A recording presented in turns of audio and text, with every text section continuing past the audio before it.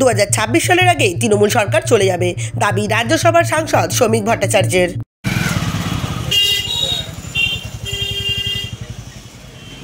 2026 সালের আগেই তৃণমূল সরকার চলে যাবে। রবিবার কামারহাটি বিধানসভা কেন্দ্রের বিভিন্ন স্থানে দলের সদস্যত্ব অভিযান কর্মসূচিতে যোগ দিয়ে এমনটাই দাবি করলেন বিজেপি রাজ্যসভার সাংসদ শ্রমিক ভট্টাচার্য। একটা সংগঠিত রাজনৈতিক দল প্রতিদিন কাজ করে, 24 ঘন্টা কাজ করে। 26-এর আগেই পশ্চিমবঙ্গ থেকে এই সরকারটা চলে যাবে। তার দাবি, ইতিমধ্যেই গোটা দেশ জুড়ে দলের 13 কোটি মেম্বারশিপ হয়েছে।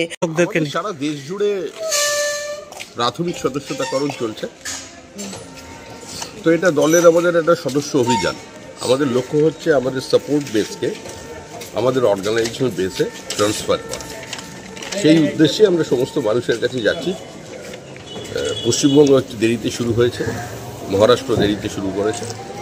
বাদবাকি এখনো পর্যন্ত প্রায় 13 কোটি মেম্বার সারা ভারতবর্ষ জুড়ে হয়ে গেছে। সর্ববৃহৎ রাজনৈতিক দল পৃথিবীর, তারই হয়েছিল। তার কথায় মানুষ এগিয়ে এসে বিজেপির সদস্য হচ্ছেন। বিজেপির সদস্য হওয়ার ক্ষেত্রে সাধারণ মানুষের মধ্যে উৎসাহ অনেক বেড়েছে। মেম্বারশিপ যে পরিমাণে বাড়ছে, মানুষ যেভাবে এগিয়ে এসে আমাদের কাছে আসছেন, তাতে আমাদের মনে হচ্ছে আমাদের মেম্বারশিপটা সর্বব্যাপী এবং সর্বস্পর্শী। সদস্যত্ব অভিযান কর্মসূচিতে বেরিয়ে এদিন কামারহাটির প্রাক্তন কংগ্রেস বিধায়ক তথা বর্তমান তৃণমূল নেতা প্রদীপ পালিতের সঙ্গে সাক্ষাৎ হয় রাজ্যসভার সাংসদ শ্রমিক ভট্টাচার্যের।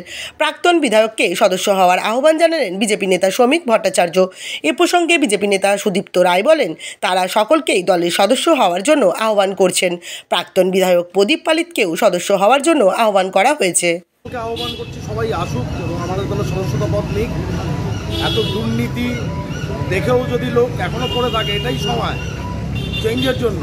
আমরা সবাইকে আহ্বান জানিয়েছি, প্রদীপ পালিত মহাশয়কেও আহ্বান জানিয়েছি যে আপনার সদর দরজা খোলা রইল, আপনারা আসুন। প্রদীপ পালিতকেও কি আহ্বান জানালেন সদস্য? সবাইকে জানিয়েছি, ওনাকেও জানিয়েছি। তা শ্রমিকদাও কি প্রদীপ পালিতকে আহ্বান করলেন? নিশ্চয়ই, উনিও আহ্বান করেছেন। তাহলে উনি কি বললেন? উনি কিছু বলেননি। তাহলে আশা করছেন? আমি আশাবাদী।